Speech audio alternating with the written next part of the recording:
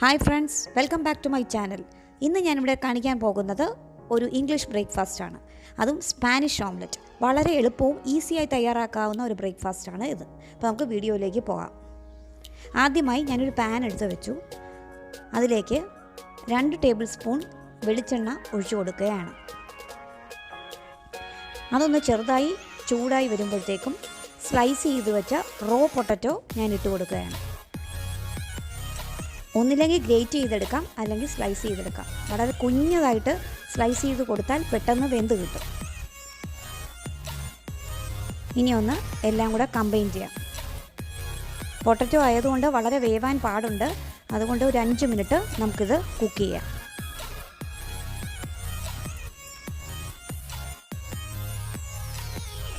അപ്പോൾ പൊട്ടറ്റോ ഏതാണ്ട് വെന്ത് വന്നിട്ടുണ്ട്. ഇനി നമുക്ക് ഇതേപോലെ തന്നെ സവാള ഇട്ട് കൊടുക്കാം. സവാള ഞാനിവിടെ എടുത്തിരിക്കുന്ന 2 മീഡിയം സൈസ് സവാളയാണ്. സവാളയും ഇതുപോലെ തന്നെ നമുക്ക് ചോപ്പ് ചെയ്തെടുക്കാം, അല്ലെങ്കിൽ ഗ്രേറ്റ് ചെയ്തെടുക്കാം. അതും ഞാനൊന്ന് വഴന്ന് കിട്ടാൻ വേണ്ടി മിക്സ് ചെയ്ത് കൊടുക്കുകയാണ്. ഇനി ആവശ്യത്തിനുള്ള ഉപ്പും കൂടി ഇട്ട് കൊടുത്തിട്ട് നന്നായിട്ടൊന്ന് മിക്സ് ചെയ്യുക.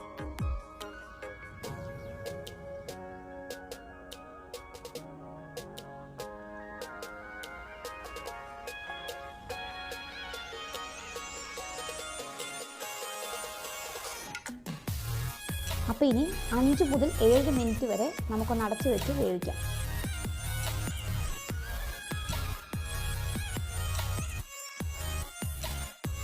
അപ്പോൾ ഇനി പൊട്ടറ്റോയും സവാളയൊക്കെ വേവുന്ന സമയം കൊണ്ട് നമുക്ക് മുട്ട പൊട്ടിച്ചെടുക്കാം. ഞാൻ ഓംലെറ്റിന് വേണ്ടിയിട്ട് 3 മുട്ടയാണ് ഇവിടെ എടുത്തേക്കുന്നത്. 3 മുട്ട പൊട്ടിച്ചതിന് ശേഷം നമുക്ക് നന്നായിട്ട് അതൊന്ന് ബീറ്റ് ചെയ്തെടുക്കണം.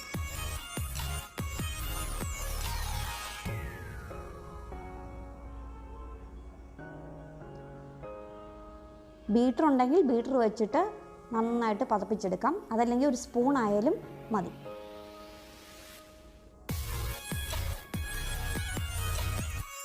അപ്പം മുട്ടയൊക്കെ പതഞ്ഞ് വന്നിട്ടുണ്ട്. ഇനി ഇതിലേക്ക് 1/2 ടീസ്പൂൺ കുരുമുളക് പൊടി ഇട്ട് കൊടുക്കണം. ഇനി നന്നായിട്ടൊന്ന് വീണ്ടും ബീറ്റ് ചെയ്യുക. ഇനി കുറച്ച് മല്ലിയിലയും കൂടി ഇതിലേക്ക് ആഡ് ചെയ്യുക. വീണ്ടും ഒന്ന് നന്നായിട്ട് മിക്സ് ചെയ്യുക.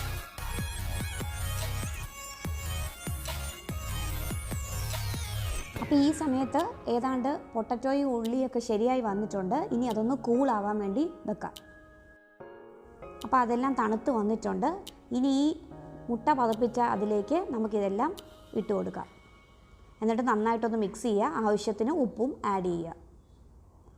ഇനി നമുക്ക് ഒരു പാൻ എടുത്ത് എണ്ണ ഒഴിച്ചു കൊടുക്കുക.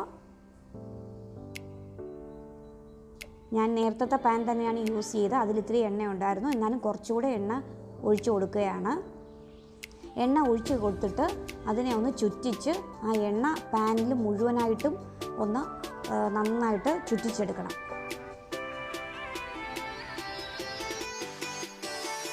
ഇനി നമുക്ക് നേരത്തെ പ്രിപ്പയർ ചെയ്ത് വെച്ച മിക്സ് പാനിലേക്ക് ഒഴിച്ചു കൊടുക്കാം. കുറച്ചായിട്ട് സ്പ്രെഡ് ചെയ്ത് ആ പാനിൽ മുഴുവനായിട്ടും ഇരിക്കത്തക്ക വിധത്തിൽ ഒന്ന് ഒഴിച്ചു കൊടുക്കാം. അപ്പോൾ അതാ ഇതേപോലെയാണ് ഞാൻ എല്ലാം ഒഴിച്ചു കൊടുത്തിട്ടുണ്ട്. ഇതേപോലെ എല്ലാം സെറ്റ് ചെയ്ത് സ്പൂൺ കൊണ്ടൊന്ന് സ്പ്രെഡ് ചെയ്ത് ശരിയാക്കി വെച്ചിട്ടുണ്ട്. അപ്പോൾ നമുക്ക് ഇതൊന്ന് അടച്ചു വെച്ച് 5 മിനിറ്റ് ഒന്ന് കുക്ക് ചെയ്യാം. അപ്പോൾ ഓംലെറ്റിൻ്റെ ഒരു വശം ഏതാണ്ട് ശരിയായിട്ടുണ്ട്. ഇനി മറ്റേ വശവും ഇതേപോലെ തന്നെ നമുക്കൊന്ന് കുക്ക് ചെയ്തെടുക്കണം. ഇതിനായിട്ട് ഞാൻ വീണ്ടും ആ പാനിൽ എണ്ണയൊന്ന് സ്പ്രെഡ് ചെയ്തിട്ടുണ്ട്. ഒരു ഭാഗം ശരിയായപ്പോൾ ഞാനിതൊരു പ്ലേറ്റിലേക്ക് ഫ്ലിപ്പ് ചെയ്താണ് വെച്ചത്. അപ്പോൾ ഇനി മറുഭാഗം കുക്ക് ചെയ്യാൻ വേണ്ടിയിട്ട് ആ പ്ലേറ്റിൽ നിന്ന് തന്നെ ചെറുതായിട്ട് നമുക്ക് പാനിലേക്ക് വെച്ച് കൊടുക്കണം. ഇതേപോലെ വെച്ച് കൊടുത്താൽ മതി. നന്നായിട്ട് ആ പാനിലേക്ക് വന്ന് വീഴും.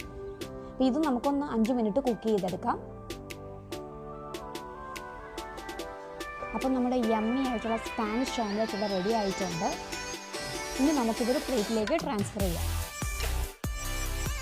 അപ്പോൾ ഈ സ്പാനിഷ് ഓംലെറ്റ് നിങ്ങളും ട്രൈ ചെയ്ത് നോക്കണം. വളരെ ഈസി ആയിട്ട് പെട്ടെന്ന് തയ്യാറാക്കാൻ പറ്റുന്ന ഒരു റെസിപ്പിയാണ്. ഇനി നമുക്കിതിനെ കട്ട് ചെയ്ത് ഒരു പ്ലേറ്റിലേക്ക് സെർവ് ചെയ്യാം. ഇത് നമുക്ക് ബ്രെഡിൻ്റെയോ ബണ്ണിൻ്റെ കൂടെയോ ഒപ്പം കഴിക്കാവുന്നതാണ്. അപ്പോൾ നിങ്ങൾക്ക് ഈ വീഡിയോ ഇഷ്ടമായെന്ന് വിശ്വസിക്കുന്നു. ഇഷ്ടമായാൽ ലൈക്ക് ചെയ്യുക, ഷെയർ ചെയ്യുക, സബ്സ്ക്രൈബ് ചെയ്യുക.